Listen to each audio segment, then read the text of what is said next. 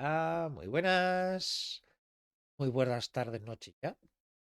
Y antes que nada, lógicamente, muy buenas a mis dos invitadas. Muy buenas, Lola. Muy buenas, Nieves. Muy buenas, ¿qué Muchísimas gracias tal? por prestaros a esta pequeña encerrona de charla diálogo. A principio de año comenté que quería hacer charlas específicas sobre temas en concreto de autoras que domináis bien el tema, que me gusta mucho cómo lo hacéis.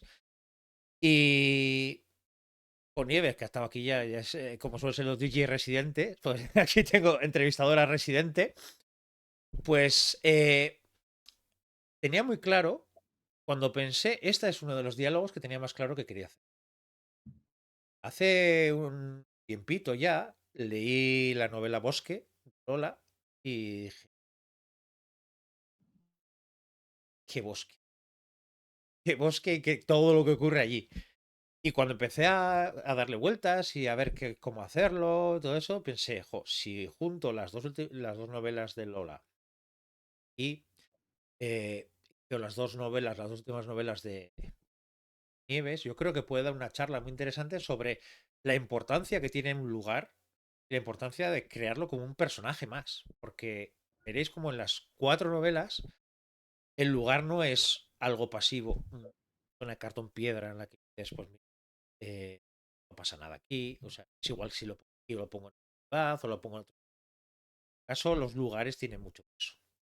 Entonces, antes que nada, si quiero presentaros a Nieves Mories, no sé ya, pero decir, pues Demasiadas. nunca es demasiado. Eh, Algo que coincide en ambas y que luego hablaremos es que el caso de Nieves, lo he dicho muchas veces, que te acaricia con las palabras, pero te apuñala. Y lo peor es que se lo agradeces. Porque lo peor es que coges y dices, qué bonito esto que me estás contando, por mucho que estés sufriendo hasta las entrañas. Y en estas dos últimas novelas, en Modulorama y Budapest, ese sufrimiento lo llevas al extremo, porque nos haces sentir una auténtica angustia sin descanso en las dos, viendo los dos personajes Y os gusta, principales. Y nos encanta, vamos a negarlo. Os va la marcha. Para eso estamos aquí. Antes, pues novelas como Agujeros de Sol, como Muertos, Descalzas. Eh, Hablaremos que todo eso es un gran Nieves verso, en el que ocurre todo. Eh, pero sobre todo me centraré en esas dos novelas porque creo que son las que más pueden servir como espejo y a la vez como diferenciar de los lugares que nos presenta Lola. En el caso de Lola, he dicho antes, cuando leí Bosque me enamoré de esa novela, porque yo soy un enamorado de los cuentos clásicos, de la mitología, y me daba la sensación de estar leyendo un libro que en realidad tenía peso de los años. Tenía todo el peso de las historias antiguas de brujas, de maldiciones, de un pueblo que no puede acercarse al bosque porque saben que es maldito. Y me encantó ver todo eso. Y ya leí esta última novela que has publicado hace poquito, ya en Cura, al que compartís los dos en las últimas novelas.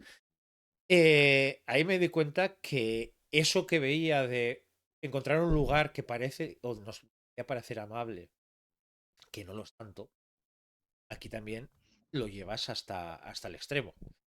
Y también que es cosas que me llaman la atención, que escribes también infantil juvenil, que dices, como una persona que escribe cosas tan tensas y terroríficas, luego escribe juvenil.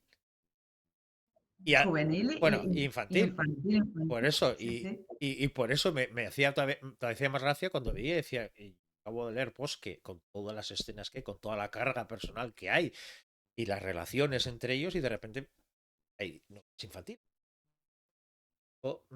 Fascina cómo podéis separar la cabeza y decir, mira, y ahora no voy a meter desmembramientos en esto de niños porque igual sienta muy bien a los editores.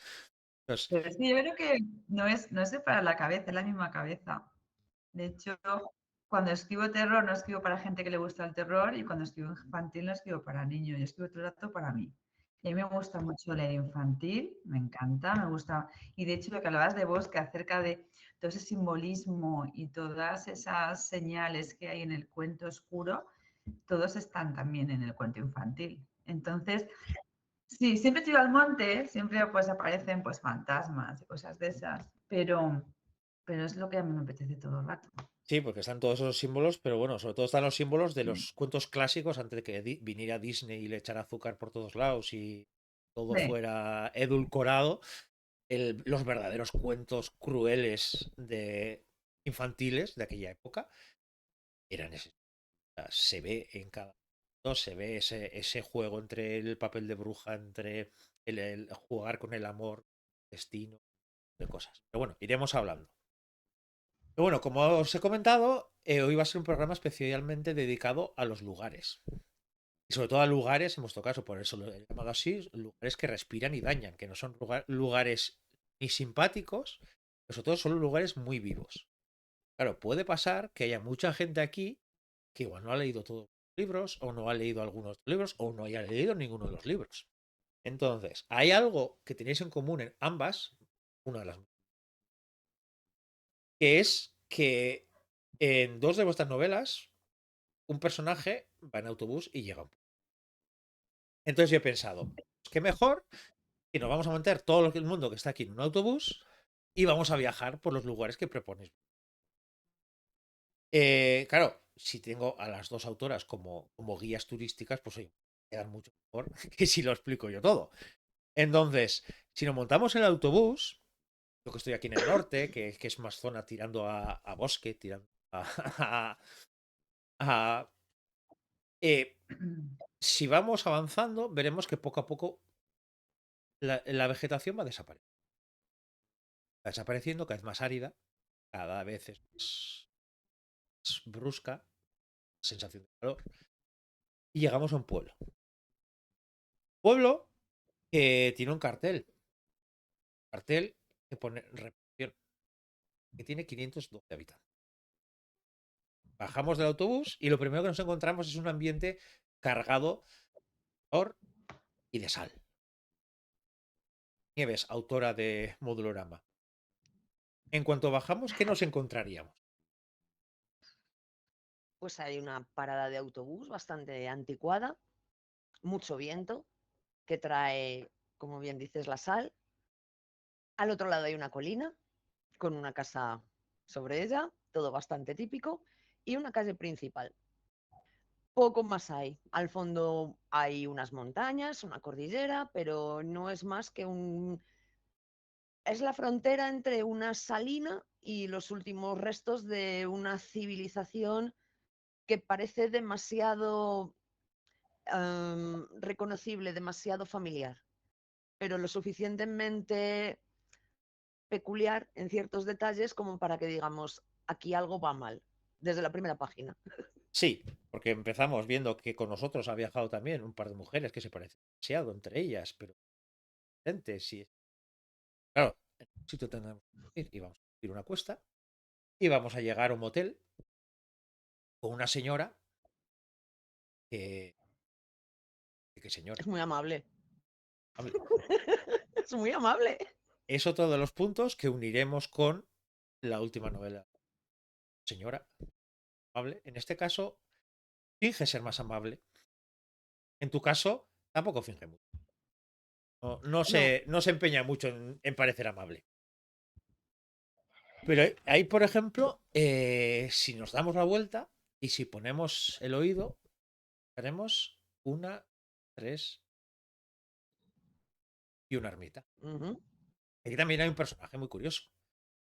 Párroco, cura, oscuro, raro. el predicador. El gran predicador. Está muy bonito. Si viéramos esa iglesia, ¿cómo sería?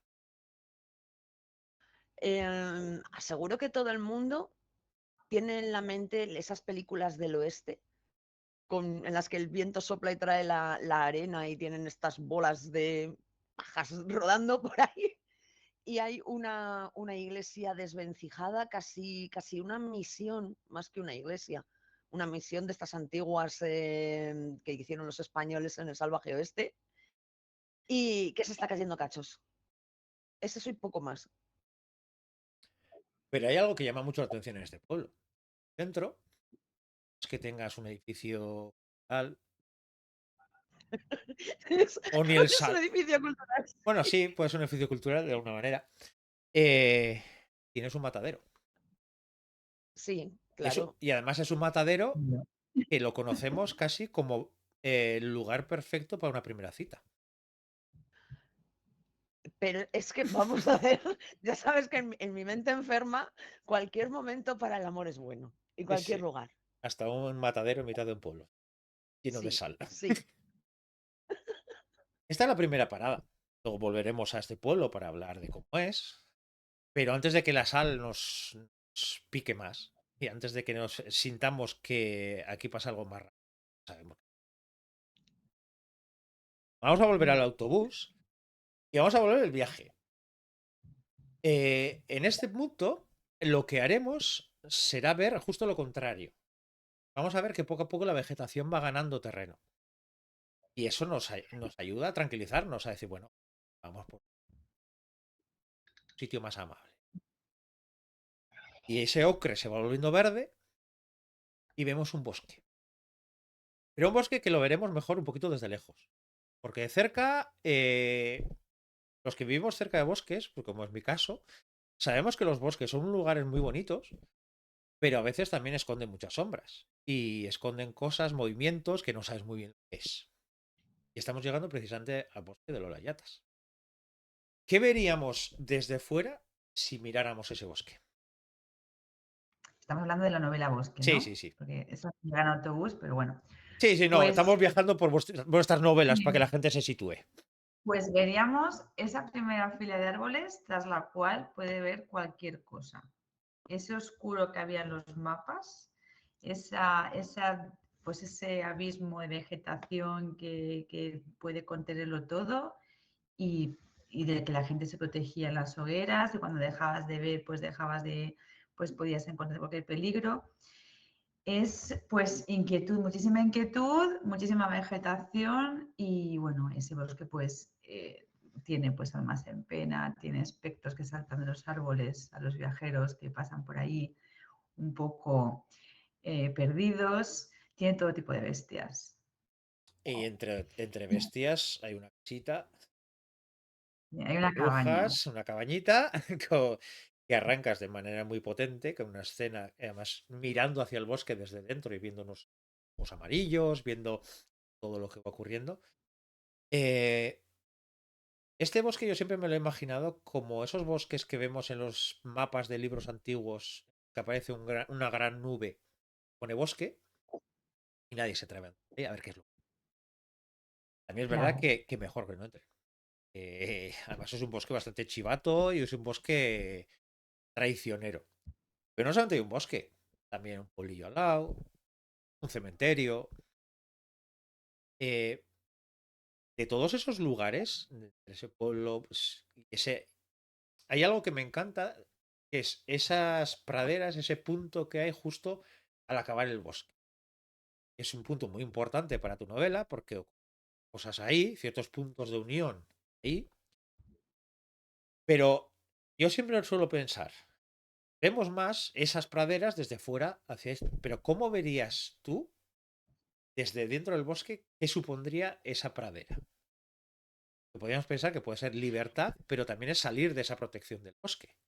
¿Qué sentirían brujas si viera ese final del bosque? pues mi bruja en particular, además es que está muy delimitado, es pradera y bosque frondoso porque significa la elección, puedes poner un pie dentro y un pie fuera, puedes elegir si quieres estar o no estar, no es una transición que te va comiendo. Entonces, yo creo que mi bruja lo que vería sería la libertad absoluta. Yo creo que quiere salir de ese bosque, siempre lo ha querido, y sabe que como mujer no puedo hacerlo y teniendo un hijo varón podría hacerlo porque teniendo un hijo varón pues es como que te adhieres a lo que los hombres pueden hacer. Entonces vería la inmensidad de todas las posibilidades. Vería el pueblecito del fondo, a lo mejor un poquito de horizonte con mar, vería árboles, caminos, más personas. Y a veces, pues como lo que no tienes, pues genera un anhelo y si tienes un poco de mala baba como esta bruja, pues hace que lo retuerzas mucho. Y, Y entonces ve a Sodio hacia lo que no puedes tener, hacia ese trocito de mar pequeñito, hacia esa pareja que va con el carro y los burros, hacia lo que tú nunca podrás tener. Y ese límite es justo lo que jugará tu novela, en el que al ser generacional, a tener varias generaciones, en cómo entienden el bosque, cómo entienden la edad, cómo entienden ese poder, y también el papel de mujer, de hombre, al tener un hijo como tú. Bueno, Pero bueno, luego volveremos a bosque, porque hay que coger el autobús otra vez. Y me ha gustado mucho una cosa que has Sí, dicho, dime. es el viaje en autobús. Sí, Bueno, yo he tenido no sé si es buena suerte o mala suerte, pero he viajado muchísimo, bueno, he vivido en muchísimas ciudades del mundo. Entonces, los aviones, los barcos, los trenes incluso son cajas negras. Tú subes y apareces en otro lugar, sales y dices, ostras, es incluso de día o de noche, ha cambiado totalmente. Sin embargo, en el autobús, tú vas absorbiendo el camino, tú vas sufriendo cada curva, te detienes en cada intersección, el camino te va haciendo. Entonces es un poco lo más parecido al viaje del guerrero que hay para pasar de un punto a otro. Y esas inclemencias, pues quien ha ido en autobús, hemos ido todo, yo creo antes íbamos en el alza para todos los lados. Eso te hace, ¿eh? Has llegado y ya tienes media aventura hecha. sí, además es esa evolución que vas viendo del paisaje. Yo, por ejemplo, aquí, la película está de Ocho apellidos vascos, que la parodia es a la que pasa en el túnel y hay un tiempo malísimo. Es que es real. Y todos los que hemos viajado al sur y así, desde aquí, incluso la gente, yo no tengo esa suerte, pero la gente que se duerme en el bus, siempre dice que cuando pasa cierta zona, siente hasta frío. Siente ya que ha cambiado el clima. Y a mí es algo que me gusta mucho, entonces por eso quería hacer este viaje en autobús con vosotras, porque me parece la mejor manera para entender cómo va cambiando de un lado a otro, cómo va cambiando de un paisaje a otro, y cómo al final cuando llegas no solamente es el llegar y ver lo que dices tú, la escena final, que ves el aeropuerto, no, es llegar y ver las calles, ver el cómo nace el pueblo, cómo vas adentrándote, dónde para, y me parece que eso lo vamos perdiendo. Y era un punto que me gustaba de ambas novelas, que justo los protagonistas lleguen en autobús. Parece como que ahora todo es más cosmopolita y todo tiene que ser o en avión, o tiene que ser mucho más así. Y quería darle importancia a eso, el autobús y lo que supone el llegar a un sitio muy diferente, porque ambos están buscando algo nuevo, o comienzo, y se crea ese nuevo comienzo a través de un autobús. Llegar, bajar del autobús y ver que es diferente a donde estabais. Dice que pero era diferente. Como decía, íbamos avanzando y de repente se hace de noche. Pero se hace de noche, tan de noche que ya no hay día. Estamos alrededor, plantas, prácticamente nada. Solamente ves poquitas personas intentando ir, o pueden, y al fondo, río y una ciudad. Un río que antiguamente era un río donde era casi la espina dorsal de distintos países. La economía y todo fluía, y se ha convertido casi en una cicatriz. Ese lugar es esto. ¿Dónde bajaríamos y qué veríamos si bajamos del autobús ahí? Lo que podamos ver, claro, de noche, complicado. Vamos a imaginar que los focos Se son ve poco. potentes. Depende de la luna. Sí, también es Todo verdad, la depende luna de va la luna en cambiando y Budapest. sí. Pues tendríamos la grandísima suerte de ver lo que quedará del mundo o lo que yo he imaginado para esta novela que quedará del mundo cuando el famoso reloj del apocalipsis llegue a las 12. Nada, por fin nos lo hemos cargado. Venga, lo hemos conseguido. Eso es lo que hay. Alegría. Los restos de una guerra, el vacío, el gran triunfo de la humanidad sobre sí misma. Sí, porque además, para regodearte todavía más en esa idea, hay un palacio que se supone, otra hora, sería el símbolo de lujo que se convierte en un infierno, ¿no? Un infierno para los turistas. No solo eso, tenemos Budapest, ciudad dividida en dos, que es Budapest, día, antiguamente que era, que ahora es una sola, pero se notan diferentes los dos. Pero que incluso los protagonistas dicen no vayas al otro lado. si vas al otro lado no vas a Ujú. volver a ser el mismo. Sin saber muy bien qué es lo que pasa, pero cómo puede cambiar tanto si vas a un lado o en el otro. Ahí sí te quería preguntar, ¿por qué Budapest? Porque Budapest son dos ciudades en una. Está cruzada por ese río, da mucho pie al simbolismo, a la metáfora. El tema que yo quería abordar, que es la guerra y las consecuencias de la guerra, sobre todo porque no es una novela bélica para nada. Em, lo tiene todo ese terreno. Tiene la historia, tiene las desgracias, tiene mi fondo personal. Y en este caso, más que un autobús, hay muchos trenes. Sí, Hay muchos trenes. hay trenes Los trenes que salieron de Budapest, los trenes que salieron desde Berlín, desde Cracovia, desde Varsovia. Están los trenes también que recorrieron España durante la Guerra Civil. Y Budapest era el final del camino. No era el principio. Budapest empieza por el final. Así que todo solo puede ir a peor. Qué bien. Y hasta aquí el domingo alegre de Lidia, para que todos ¡Yupi! empecemos la semana con alegría. No, pero Sí, es verdad, ya sí. te dije cuando esta novela, que Budapest tiene algo especial. A mí no hay cosa que más me haya puesto los pelos de punta que una simple escultura al borde. Sí. Me parece de las cosas más delicadas. O sea, no sé quién la hizo, la verdad. No sé quién hizo esa obra, pero me parece de un simbolismo tan bestial y que si lo ves con ojos inocentes parece mira unos zapatos y cuando lo ves ya con cierto peso y conociendo qué es lo que ha ocurrido, te das qué había en los zapatos.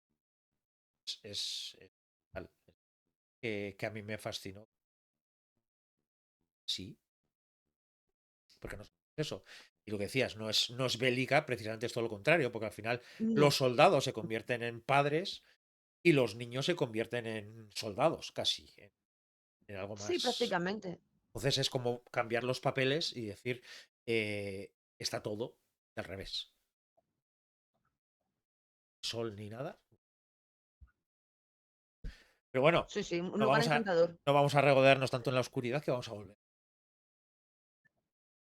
al autobús y vamos a visitar la última parada. Hay una parada previa que luego la citaremos en un momento, que sería Valencia. Pero ahora vamos a llegar a un pueblo pequeño, a un pueblo también con mucho verde, que contrasta con las dos novelas de Nieves, por eso quería traer las dos porque es la noche y el día. Un pequeño pueblo que parece que todo tiene que ir bien, que parece que todo es estupendo, porque bajamos del autobús y lo primero que encontramos es tía, que nos gusta que una vez bajar en un autobús, comer algo además dulce todavía más. Pero claro, el pueblo se llama Tibana. Tengo que reconocerte que yo en mi cabeza al principio siempre le llamaba Tiebana. Entonces para mí era Tiebana.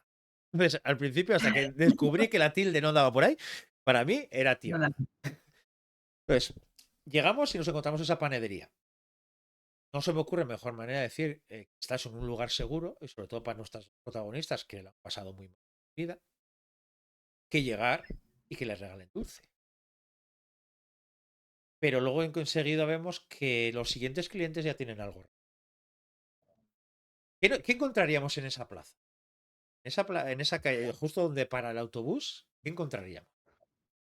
Pues en la plaza es una plaza adoquinada, pues con ventanas, macetas, geranios, un ambiente fresquito, de estos que te hacen daño en la nariz cuando respiras, ¿vale? Si haces, uy, qué frescor. Ahí encuentran lo que necesitaban, lo que andaban buscando, llegan al lugar realmente que necesitaban.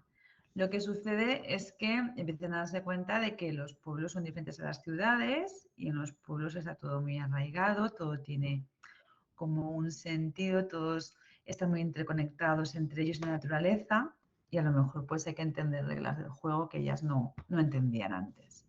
Pero vamos, es Tievana es... Y te voy a decir, era Tievana, pero como estaba escribiendo con el teclado inglés en Londres y no tenía acentos, digo, Tievana. ¿Ves? Ya sabía yo que tenía que leerlo bien. O sea, no lo leía mal, lo leía en inglés. Y ya está. No, pero por eso se quedó en Tievana, digo, paso de poner acentos, tenía que poner el control, no sé qué, no sé cuántos. Y digo, nada, esto se queda Tievana. Y sí, y es lo que buscaban, ese lugar idílico con hórreos, pues con esa mitología que empieza a desaparecer y que te conecta con la tierra. Vamos, el Además, destino deseado. hay dos cosas que nos habla de la historia del pueblo, que es esa en la que hubo una gran catástrofe y decidieron construirla un poquito más. Empeñarse, como hacemos muchas veces los humanos, de decir, vamos a construir el mismo sitio porque buena otra riada nos va a arrastrar y volver a construirle, volver a arrastrar, pues fueron un poco más inteligentes y lo construyeron un poco más. Sigue existiendo las ruinas antiguas, pero tenemos el...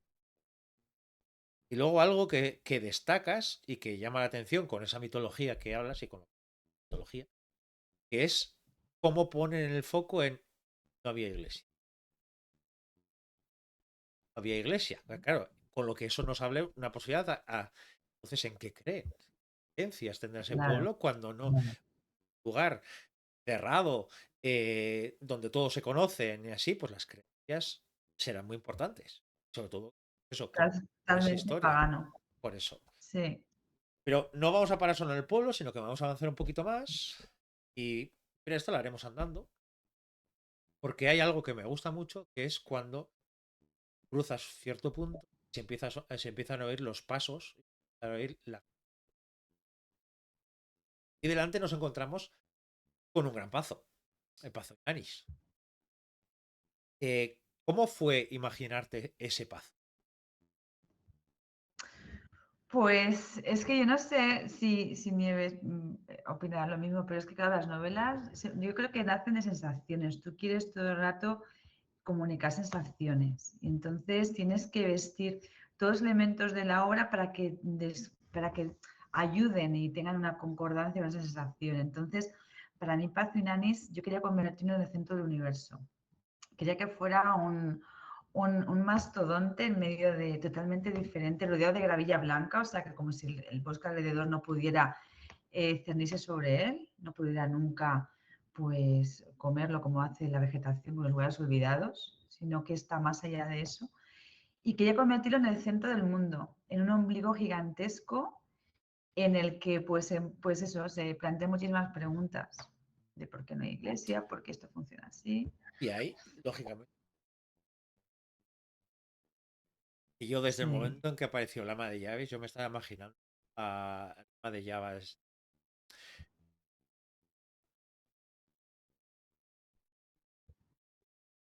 ¿De Rebeca? la de Rebeca. De Me ver- estaba imaginando a esa Sí. mujer así, igualita, porque además cuando la cuentas ese espigado que es ella, ese porte que tiene, esa seguridad y que luego además esa seguridad cargada de muchas cosas. Hay una diferencia y es que mi ama de llaves se maquilla, tiene los labios muy pintados, Sí, y no solo esa tiene diferencia, es de sino coqueta, que sí, la ama eso de es llaves importante. de Rebeca es un poco como Caron del motel, no disimula. En cambio, la No, tuya juega todo el rato a ese de que voy a ser la amiga, que no soy la amiga, pero pongo los límites claros, pero luego que no ha sido para tanto. Entonces, juega ese doble papel de soy la que manda, pero a la vez eh, quiero que parezca que soy amable. Entonces, ahí sí pero tiene ese porque juego. ella no sabe, ella es una persona muy pasional, muy sola y muy luchadora y quiere pues eso, ella tiene unos determinados fines, unos propósitos y intenta pues dar esa imagen, pero no sabe. En el fondo se le escapa la soberbia siempre, se le escapan los celos, se le escapa todo lo que siente. Entonces a mí es un personaje que me encanta porque tiene tantas caras al Sí, mismo tiempo y intenta ser tantas personas al mismo tiempo y tiene tantos problemas. Tiene una vida complicada. y unos cuantos. Ya antes de esto volveremos al pueblo. este viaje, claro, volveremos por un bosque. Y volveremos por un bosque en el que están las ruinas del pueblo. Pone esa escuela, la importancia de la educación y la escuela que aparece ahí, en contraste también con la escuela que hay. Y luego también hay gruta, una gruta de la libertad, en la que la gente se puede permitir soñar, que a veces se nos olvida que a veces tener esos espacios de libertad muy pequeños, a mucha gente la salva. Entonces, Sí. volvemos al pueblo y ahora nos vamos a sentar tres con toda la gente en una terraza y vamos a hablar de cómo construir. Un poco ya es un poco la introducción, Lola, que sería ese punto en el que queréis que todo tenga esa forma, pero yo sí quería preguntaros, cuando pensáis en la historia, ¿pensáis historia y lugar unido? ¿O uno va llevando al otro? ¿O cómo lo hacéis vosotros? ¿Comienzas tú, Nieves, o Como quieras. pues? Venga. Depende de la historia. La verdad es que depende de la historia. Con Modulorama me pasó una cosa muy curiosa que no había hecho nunca. Y primero imaginé el lugar. Vi 2 imágenes prácticamente el mismo día que me dejaron muy alucinada. Una de ellas fue de un disco de vinilo, su vista horizontal, cómo sería si pudiéramos ver todos esos surcos que van en espiral hacia adentro. Y la otra fue una salina, un desierto de sal en Irán. Es espectacular. Y me pareció un paisaje tan marciano, los dos, porque te lo juro, o sea, ese disco de vinilo parecía un camino que había que recorrer. Y yo dije, tengo que escribir acerca de todo esto, de esa salina y de la música. Modulorama es una novela muy peculiar, más que una novela es un disco. Y todo tenía que estar allí a la perfección, sobre todo ese lugar. Modulorama no es nada sin reparación. Pero creo que en eso sí que se parece bastante a Budapest. Budapest no es nada sin su paisaje, pero a diferencia que de Modulorama, que es el paisaje el que da forma y domestica, porque sí, domestica a lo bestia a sus habitantes, Budapest es lo contrario. Es un lienzo en blanco porque nos lo hemos cargado todo. Y son los personajes, somos nosotros los que creamos sobre él. La experiencia Budapest fue muy distinta porque partía de la ruptura total, de cómo se puede vivir y sobrevivir después de ver tal desolación. Pero sí que es verdad lo que ha dicho Lola antes de hay que trabajárselo, porque si no, no queda todo cohesionado, no tiene tanto sentido. Todo tiene su simbolismo, todo tiene su significado. A mí no me gustan esas novelas kilométricas que de repente te sacan un paisaje, un edificio y a los 5 minutos ya te has olvidado de él porque ¿para qué? Y dices, madre mía, qué gasto de páginas, de palabras, de tiempo. Házmelo bien, por favor. Ya que te has trabajado este mundo, esta historia, constrúyeme bien el paisaje. Que yo respire, que yo viva ahí, que yo pueda olerlo y tocarlo. Y es muy complicado y tiene mucho trabajo detrás. ¿En tu Sí, yo caso? estoy totalmente de acuerdo con Nieves. Yo creo que somos el lugar en el que respiramos, el lugar en el que vivimos. Yo no usaría las mismas palabras, el mismo vocabulario, me expresaría igual, tendría el mismo tipo de vida si viviera aquí o en otro país o en otro pueblo o en otra latitud. Entonces, tiene que reflejarse en la novela, tiene que estar totalmente embebido en la novela. Por ejemplo, en mi fase ingenieril. Pues yo soy ingeniera también. Bueno, pues era ingeniera. Pues, o soy, no lo sé. La cosa está en que, las condiciones de contorno es lo que es el condicionante de una obra. Tú puedes construir ahí, puedes intentar construir lo que te dé la gana, dibujado en papel, pero si la condición de contorno del terreno dice que no, es que no. Y después, cuando tú embebes una obra en su paisaje y es el marco perfecto, eso es lo que perdura siempre.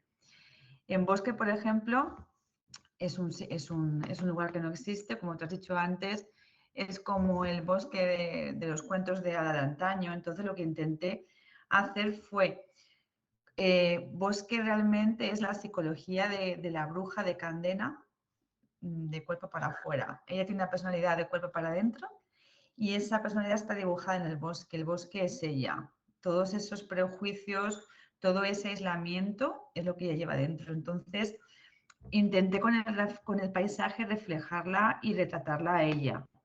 Además, bosque, cuando tú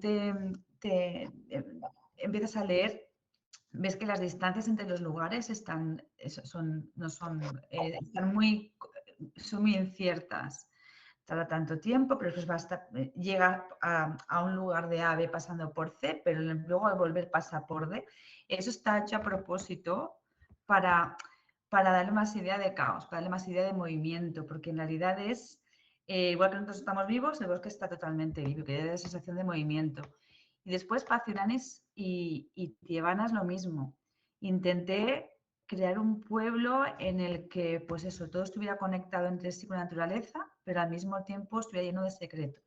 Cada puerta cerrada tuviera un secreto y eso se viera en cómo actúan los personajes. Y para que eso exista tienen que vivir de una determinada manera. Las casas tienen que ser pues de piedra, tiene que haber una frescura, un aislamiento, un efecto nevera. Entonces, como dice Nieves, es un trabajo y pues comienzas el primer manuscrito y empiezas a la primera versión del manuscrito y a lo mejor en la quinta te das cuenta de que necesitas esto para que esto aflore, para que esto se vea mejor o para que esto resalte, o para que esta simbología pues a lo mejor llegue más a tu lado derecho del cerebro.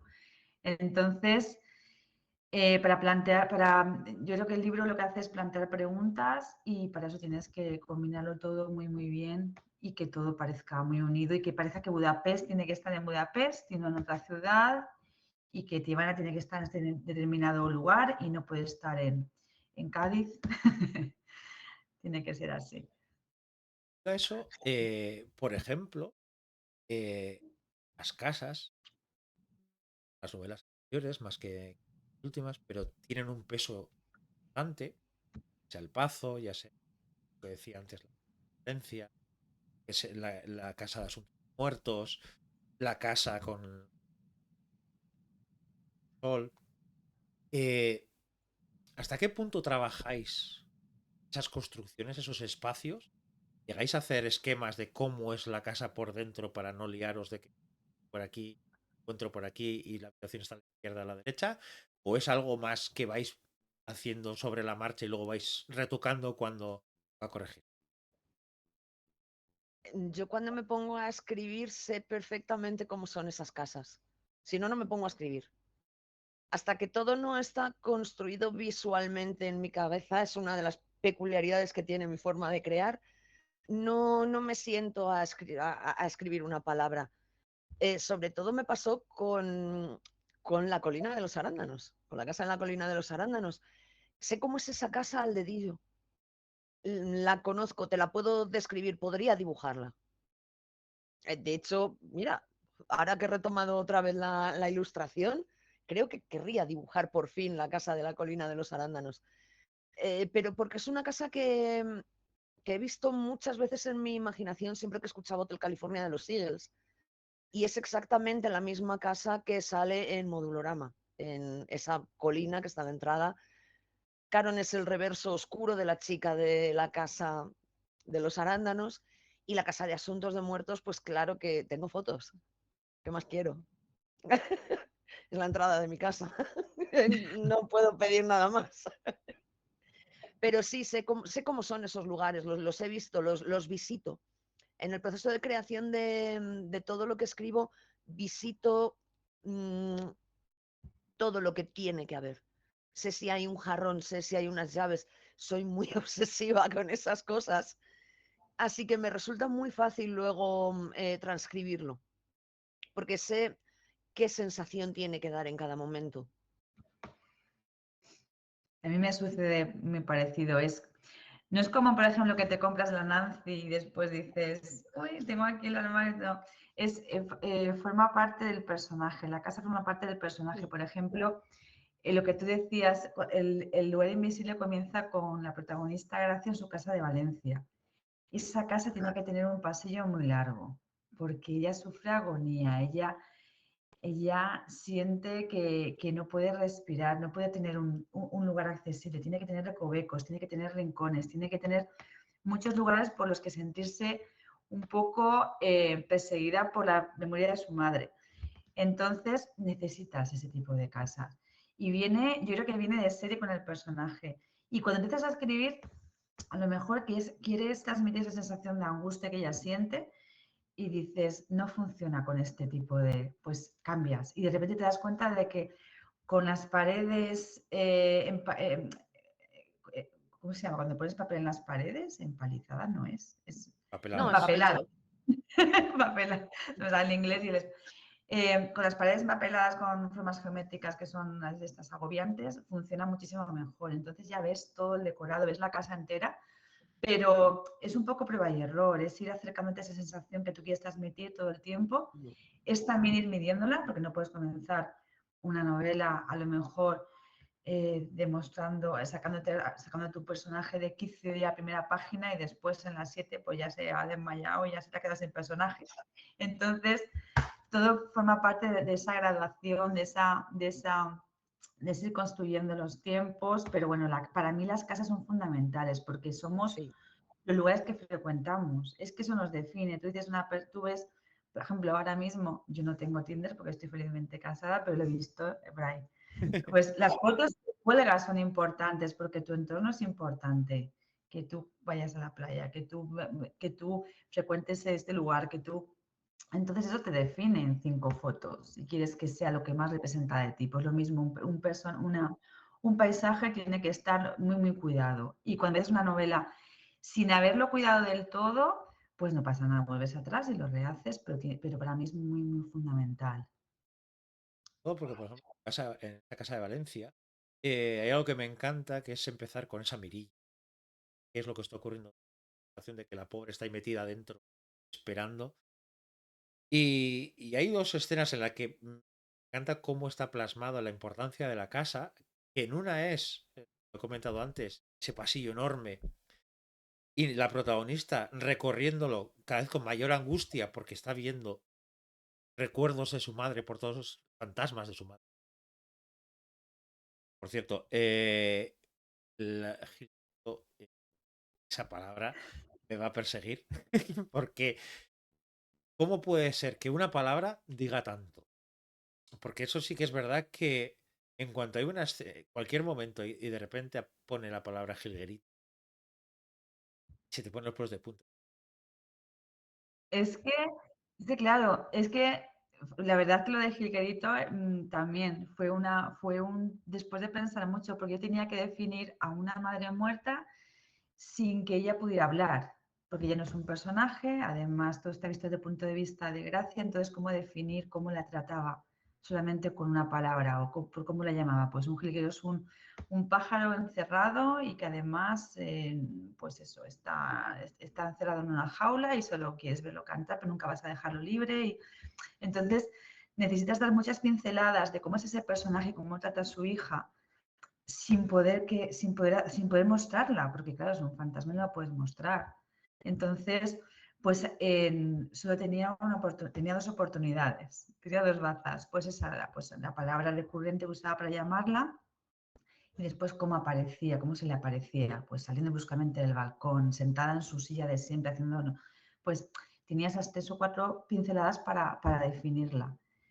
Y por eso lo de jilguerito, bueno, pasaron muchas palabras por ahí y al final digo, mira, esa es la que mejor Pero todo eso es prueba y error.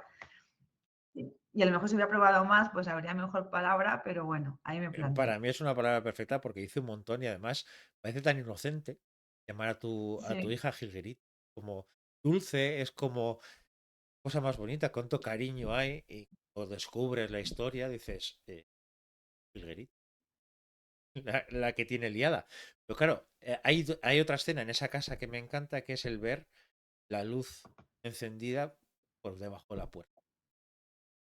La sensación de, yo creo que todos los que hemos vivido en una casa o lo que sea, que ves una luz, sobre todo si te pesa mucho lo que hay al otro lado de la puerta, claro, puede haber algo más terrible que cuando sabes que no tenía que haber luz ahí, encontrarte una luz en ese lugar. Tiene que volver todo. Y luego otra escena que me gusta mucho cómo tratas la casa y la importancia que tiene la casa es cuando ya están en el pazo y cómo juegas también con qué es lo que hay encima y debajo. Que siempre se suele leer muchas veces lo que hay al lado, o el pasillo, o lo que sea, pero en tu novela, por ejemplo, sí tiene mucha importancia qué hay también debajo de la habitación, qué hay encima de la habitación, y esa sensación de estar metidas en una caja en medio de un caos y en medio de algo terrible. Y ellas en una habitación, bueno, dos habitaciones más una salita, pone que protegidas, son bonitas, además parece que está preparado para que sea lo ideal, pero eso sabiendo que hay peso encima, debajo, ruidos, hay sombras, hay muchas cosas, es cuando te das cuenta y dices, este edificio está vivo, en el sentido de que lo entiendes, no es un escenario, no es cartón piedra, sino que es algo que se sabe dónde colocar cada cosa. Os lo Claro. agradezco mucho. Eh, volviendo un poco a lo que estábamos hablando, por ejemplo, Nieves, las dos jugáis mucho con casi el destino del personaje. El destino, sobre todo, por ejemplo, en Modulorama, parece que su destino es ir a ese pueblo y qué es lo que va a ocurrir allí. En el caso de Bosque también, pues el destino que se supone que tiene que tener y luchar contra el destino y luchar por el amor y ese tipo de ideas. Pero también la idea de gracia de una persona atrapada en ese mundo y una frase que a mí me marcó al leerla y que dice mucho, es cuando dice que ¿por qué era enfermera? Dice para saber cuidar mejor. Porque saber cuidar mejor, madre, todo lo que supone, el peso que supone. Entonces, son detalles pequeñitos de ese mundo que creáis, que parece que son pequeños, como decíamos, lo de Jesucristo, como ese tipo de cosas, pero en realidad hacen un todo. Hacen un mundo que es mucho más creíble, mucho más duro. Y a mí, precisamente, me gusta mucho leer el terror, y sobre todo leer el terror como lo escribís vosotras, porque ahí están los detalles. Ahí está lo que está cuidado. Ahí no se ponen piezas al azar, dicen, mira, pues es enfermera, como podía ser abogada, como podía ser. No, tiene una carga personal muy importante, el decir, me afecta en todo, incluso en mi trabajo, familia, mi madre. Me ha afectado absolutamente en todo. Y cuando hay un momento de liberación, como dices tú al principio, cuando ya no está, que decido seguir haciendo lo mismo. Seguir cuidando, seguir siendo enfermera. Vas a vender el piso y a Cancún, pásate, por lo menos disfruta, que no has disfrutado en tu puñetera vida, y en cambio vuelve a hacer lo mismo. Entonces, ¿cómo es ese peso del destino y cómo lo plasmáis vosotras en el lugar, en cómo se ve esos lugares, bueno, y sobre todo en ese mundo? A ver, has mencionado Modulorama y creo que con lo que te he contado del disco de vinilo queda más que claro. Todo es una espiral que gira hacia adentro hasta que eso colapsa. Eso había que mostrarlo en la novela.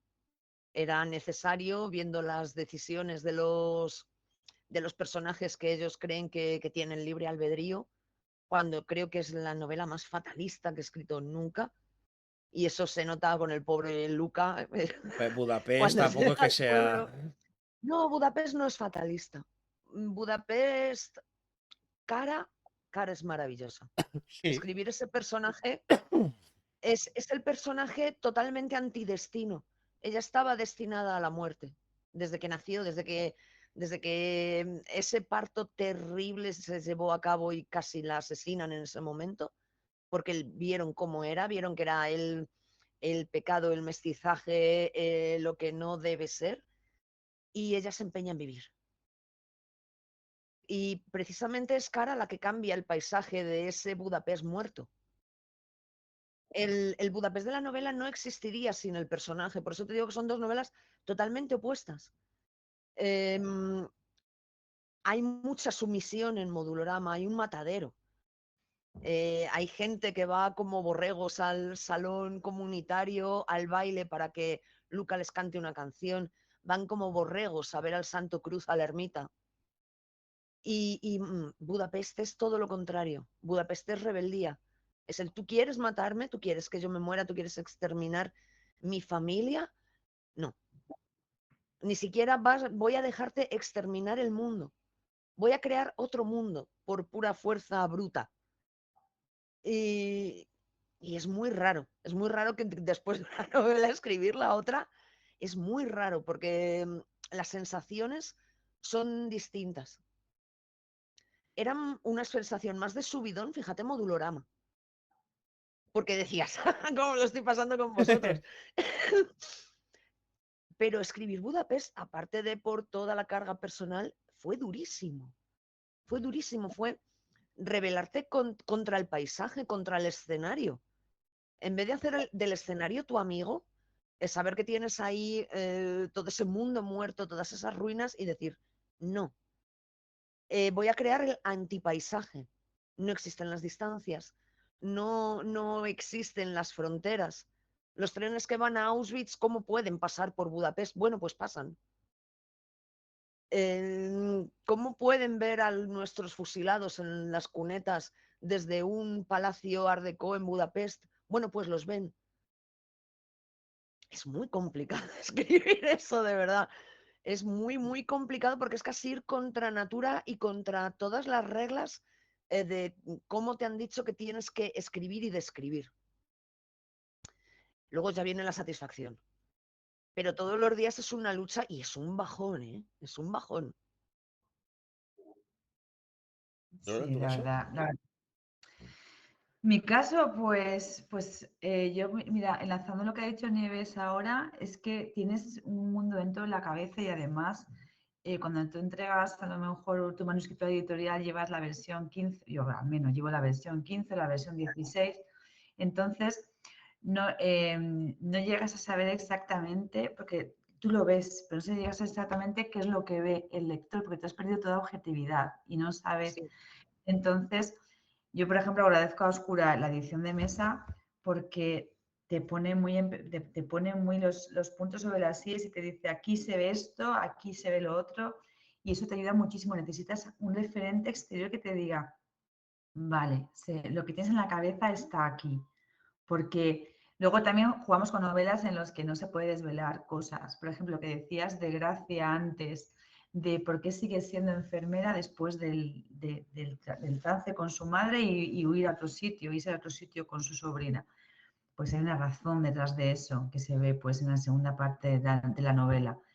Todo tiene una conexión, entonces tienes que medirlo todo tan poquito a poquito y después es que el destino es la razón de ser de la novela, el conflicto del personaje. Es que si el personaje no creyera en su propio destino o no creyera en su propia capacidad o no la pusiéramos en juego para saber eh, cómo se debate contra ella o a favor de ella, no habría novela. Ese es el conflicto, es decir, yo tengo que seguir el camino estipulado o me puedo salir.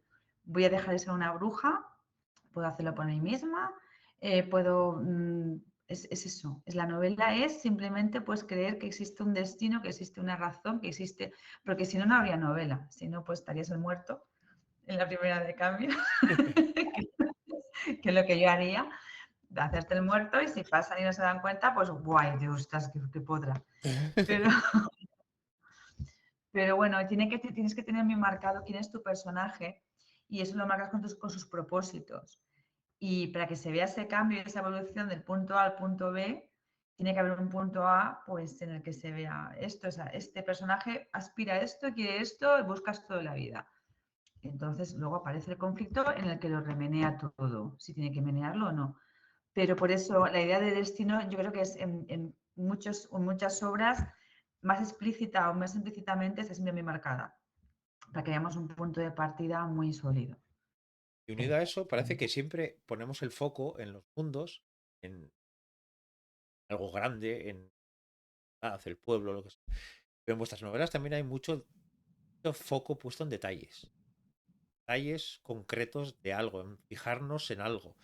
Estoy pensando, por ejemplo, Lola, en Bosque, pues desde la muñeca, esa muñeca que va rodando, el anillo, ese tipo de detalles.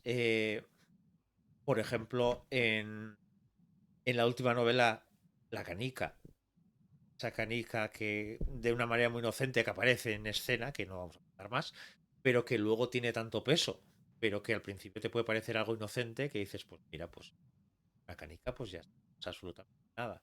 En tu caso, Nieves, Modulorama está plagado de detalles, pero desde bichos, desde muchísimas cosas. Y por ejemplo, en Budapest tienes la cámara de fotos, tienes la chistera.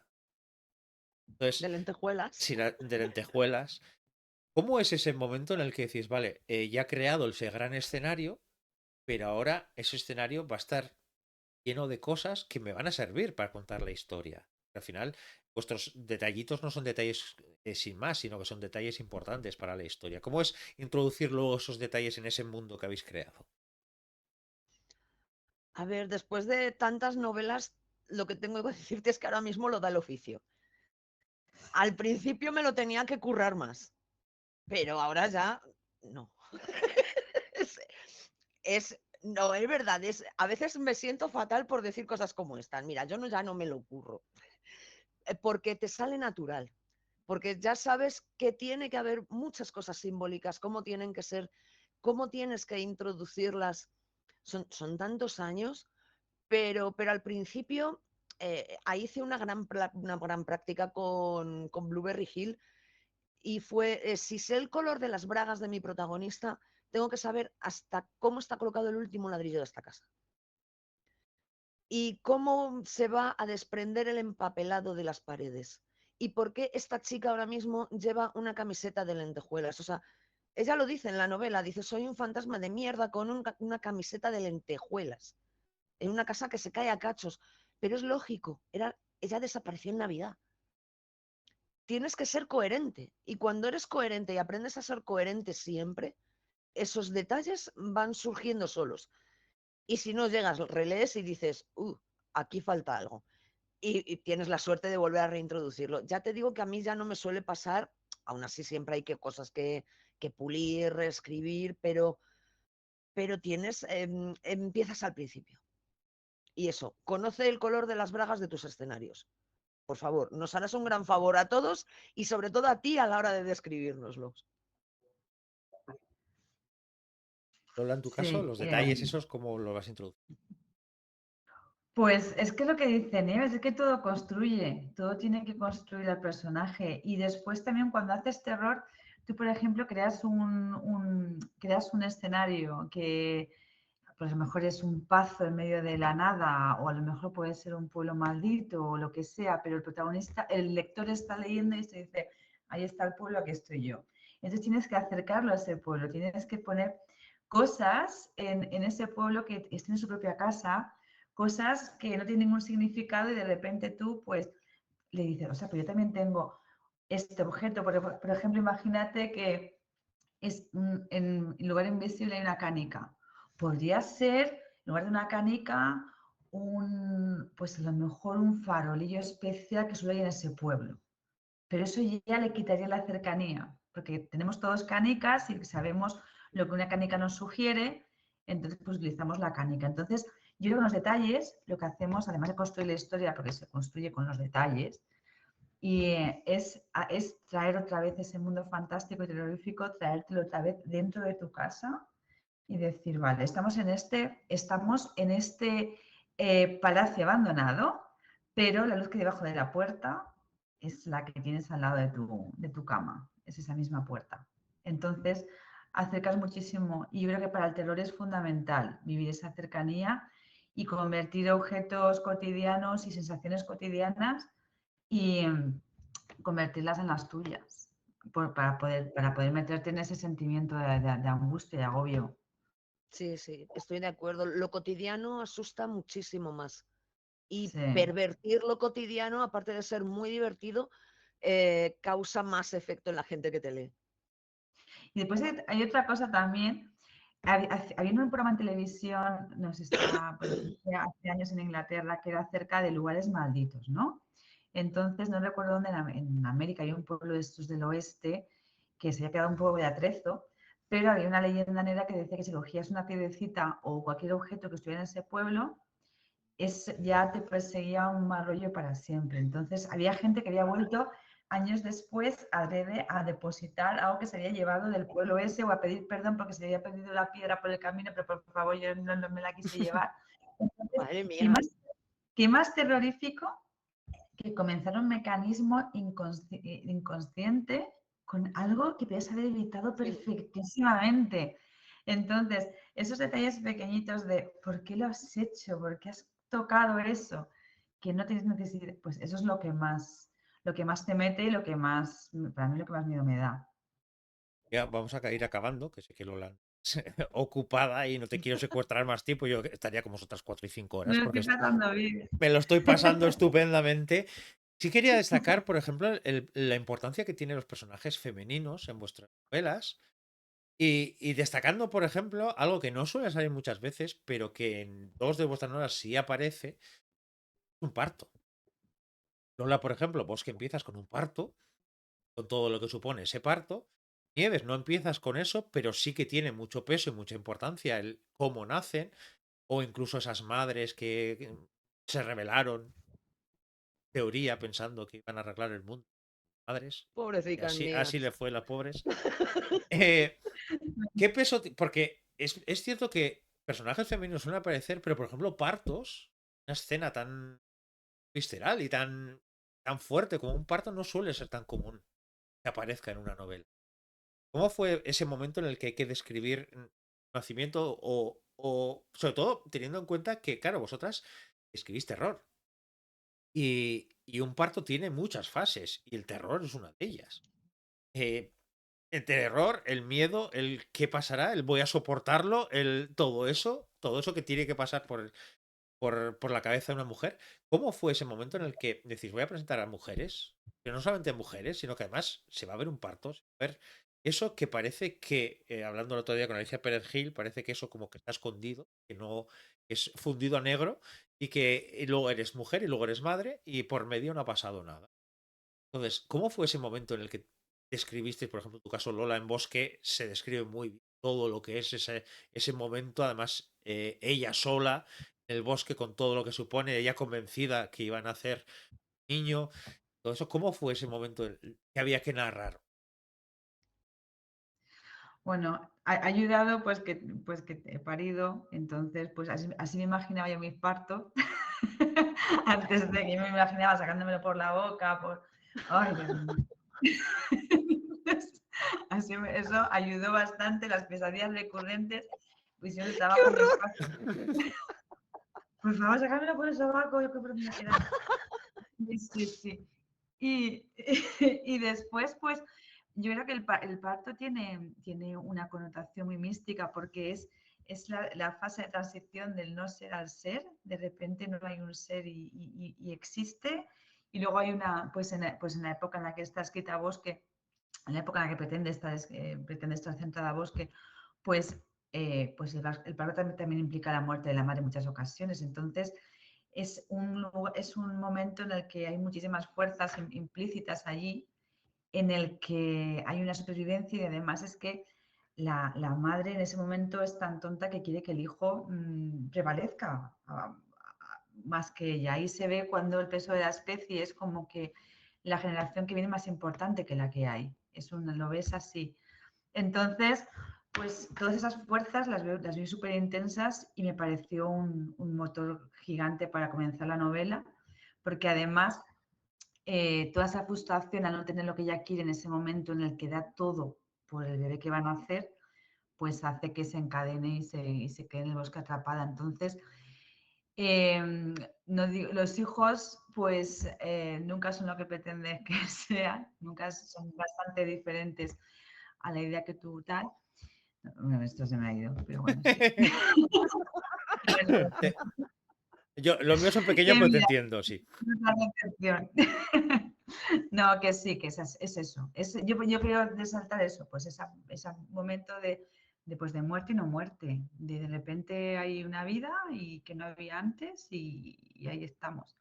Entonces, pues, y en todos los rituales de magia y en todos los rituales de santería y paganos de la antigüedad, pues el parto, la placenta, la primera fluido de no sé qué, siempre tiene muchísima trascendencia porque es poderoso. Yo lo hice un poco más a la aventura porque como reconozco que los partos son una de las cosas que más miedo me dan y no he estado embarazada, no quiero estarlo porque solo de pensar en ello me muero directamente. A mí, las mujeres que han sido madres y han sobrevivido a esa experiencia con la cabeza sobre los hombros, me merecen mucho respeto, de verdad. Pues tuve que hacer un poco memoria de todo lo que había escrito y rezar para no cagarla mucho. Porque la verdad, para mí, o sea, os lo juro, es una experiencia horrible, debe ser una experiencia horrible. Solo pensarlo ya es como que te da miedo, mira, las polillas y los partos. Así que tuvo que ser un poquito intuitivo. Decir, bueno, venga, no voy a dar muchos detalles porque seguro que la cago, pero eso, tiras de todo lo que has escuchado de amigas, parientes y tal, y dices, venga, vamos con esta cena.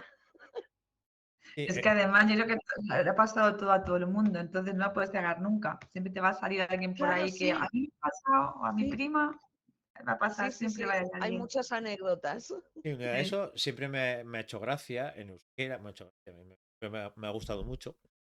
Era la palabra parir o el parto, es erditu. Erditu se suele entender como dos acepciones. Una es dividirse en dos en el sentido de que ya eres madre e hijo, y otra suele ser directamente que la mujer se parte en dos ¡Ay, para que por nazca. Dios!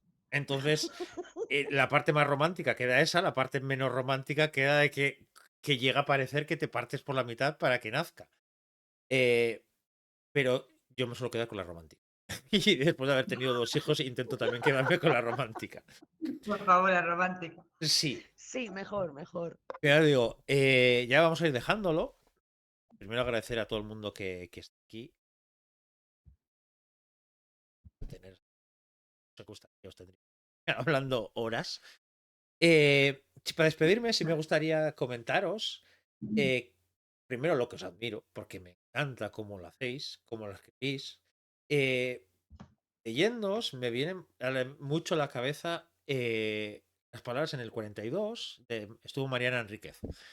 Y me encanta cómo escribe Mariana Enríquez y hay algo que me gustó mucho, que decía que lo que de verdad da miedo es la escena subiendo al desván, imaginando qué hay al otro lado del desván. Que una vez que abres la puerta y ves el monstruo, ya no da tanto miedo. Ya no da Es tanto verdad. miedo. Ya a veces es hasta ridículo, porque en tu cabeza, o sea, el escrito, decía también películas así, escrito en películas así, nunca es tan terrible de lo que te estabas imaginando, aunque no le pusieras forma, pero sabías que tenía que ser algo terrible. Cuando le dan cuerpo, dices, no es para tanto. Entonces, yéndoos a vosotras, tengo la sensación que estáis todo el rato transitando en ese punto de no te muestro el monstruo que hay al otro lado. No te muestro esto, sino que te muestro es qué es lo que te va a dar miedo de verdad. Pero es que además te va a dar miedo de una manera muy bonita porque lo escribo. Y a mí, ya os decía antes, no hay algo que me guste más que alguien que escribe terror de una manera preciosa, pero sin quitar ni un solo ápice del terror. Me parece que el terror nos han vendido con el terror tiene que ser gore, tiene que ser. O el terror, lo contrario, tiene que ser slasher, que casi es paródico de lo que supone. Y en cambio, vosotras estáis todo el rato cuidando lo que os decía, los detalles. Desde lo más grande a lo más pequeño. Desde esa ciudad, ese pueblo, eso a gran escala, a la canica, a la cámara, al gorro con tejuelas. Y para mí eso es una novela que merece mucho la pena leer. Esa novela en la que cuida la parte de arriba y la parte de abajo. Lo grande y lo pequeño. Las formas y sobre todo Porque al final, cada vez que os leo, tengo la sensación de estar en un sitio que lo voy a pasar mal, lo sé. Sí, a ver, cuando leí Bosque y empecé a leer, dije, sé que lo voy a pasar mal. Y cuando empiezas y ves ese pasillo y ves los traumas y todo eso, sabes que lo vas a pasar mal. Quiero decir, te nieves con cada vez que te leo, que es como que venga, ¿y ahora cómo me vas a hacer pasar mal? Desde esa escena de la bañera que nunca se me olvidará, en Asuntos de Muertos. Lo que dan de sí unas tijeras. Sí, sí, unas tijeras, una bañera y una de las escenas más bonitamente terrible que he leído en mi vida. Entonces, tengo la sensación que ambas tenéis ese espíritu de la gran novela. Eso que se suele llenar la boca, eso, sobre todo esos hombres diciendo que la gran novela contemporánea tiene que ser así porque tiene que ser este. No, la gran novela puede ser de otras maneras. Pues son unas novelas maravillosas y puede estar escrito que te mueres. Porque además, lo que escribís no solamente es para aterrorizar, es para provocar sensaciones. No solamente es terror, es asco desde el cariño, desde lo más hondo. Y el terror es provocar lo más profundo de cada uno. Y eso es lo que me encanta. Y con vosotras me pasa eso. Y cuando he estado leyendo y releyendo vuestras 4 novelas para sacar estas ideas, 37 millones de ideas que tengo apuntadas aquí, que no las contaré, y ya os contaré. Tengo la sensación que es un trabajo maravilloso de cuidar el detalle. Y por eso quería traeros para hablar sobre el escenario y sobre eso, porque parece que eso le perdemos la importancia. No puede ser, esto puede ser en Nueva York, como puede ser en Chicago, como puede ser en Londres, como puede ser en Madrid. Para nada. Y vuestras novelas están llenas de esos detalles que demuestran que el lugar es importante, el lugar está vivo, el lugar daña a los personajes, porque les daña mucho, tanto a los buenos como a los malos, porque en vuestra novela siempre hay ese nivel de qué es bueno, qué es malo, que es porque los buenos no son tan buenos, los malos son tan malos. En esta última igual sí hay algunos personajes que es un poquito más, no tiene culpa de nada y lo está viviendo todo, pero es esa sensación de decir, estás provocando absolutamente todo lo que me quieres provocar y además, y que se nos olvida que los libros también es eso. Es que se esté bien escrito, que esté cuidado, que esté con cariño, que esté con cariño los detalles, porque el cariño que demostráis vosotras con vuestras historias y con esos detalles, el cariño que demostráis a los lectores. Que no me encuentre un baño en otro lado. Que no me encuentre de repente, dice, y está, aquí no había una puerta, no, ahora no hay una puerta y una ventana. Y dices, ¿qué ha pasado aquí? Y en vuestras novelas es eso. Y lo mejor es que no os regodeáis de. No ponéis grandes párrafos en las que demostráis que conocéis a la perfección. Sino que, como paseamos con vosotras, sabemos que está pensado eso. Por mucho que no esté cerrado. Entonces, quería daros las gracias porque, primero, por esta charla. Y segundo, por vuestra obra. Porque es que yo paso pipa. Es que Se yo. nota, Sí, se nota un poquito, ¿no? Nah, vamos a engañarnos. Sobre todo porque es que soy. Ay, Y joder, eso que es. me digas eso junto a Nieves Mores es como que, oh, madre mía. No, es verdad, porque es que. Y por eso quería traeros a las dos, porque es que ese cariño por los detalles los detectaba en las dos. Y ese cariño por las situaciones, esos. Un detalle tan tonto como el viaje en autobús, me servía para darme cuenta que cómo todo eso tiene una razón. Y no es decir, llegué, no. ¿Cómo he llegado? ¿Cómo llegó? ¿sabes por qué creo que es? ¿Qué? Fíjate, y creo que es una cosa, no conozco mucho a Lola, pero creo que es una cosa que compartimos las dos, porque para nosotras escribir no es solamente juntar palabras, escribir es un acto íntimo de artesanía y escribimos porque tenemos muchas cosas que decir. No es, ay, me he despertado con una idea y voy a juntar a no sé qué personaje que es no sé quién con peluca y no sé qué, pero ¿cómo me queda? Tengo esa sensación que no escribimos precisamente por eso No, no, eso se nota. y que Totalmente. amamos lo que hacemos. Sí, Sí. eso se nota mucho, el cariño. Y es que eso es lo que agradecemos. Porque si vosotras que amáis lo que hacéis, alguien que no ama lo que hace o que no ama de esa manera lo que hace, es difícil que llegue de la misma manera que llegamos. Al final, si tú no pones esa parte de ti, el lector tampoco va a verla. Nosotros, Claro, como claro, lector, no se lo ponemos pueden creer. podemos poner una parte, pero no podemos poner una parte que el autor no quiere poner. Y en vuestro Mm, caso se nota que queréis poner esa parte y por eso es una gozada leeros, porque eso está. Entonces es una invitación a decir, yo he hecho todo esto, es el momento para que tú.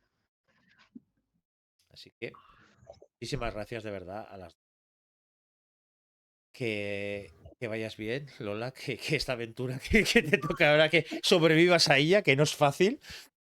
Ahora sonando de Y eso, yo la semana que viene volveré y ya el mes que viene tengo Mujeres detrás de los libros, que es un mes que me encanta. Van a ser 5 charlas como estas, con traductoras, correctoras, ilustradoras, y 2 que estoy intentando a ver si consigo.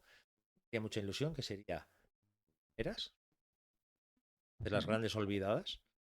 Y me apetece mucho traer a libreras y además libreras que tienen cosas que decir. Y divulgado.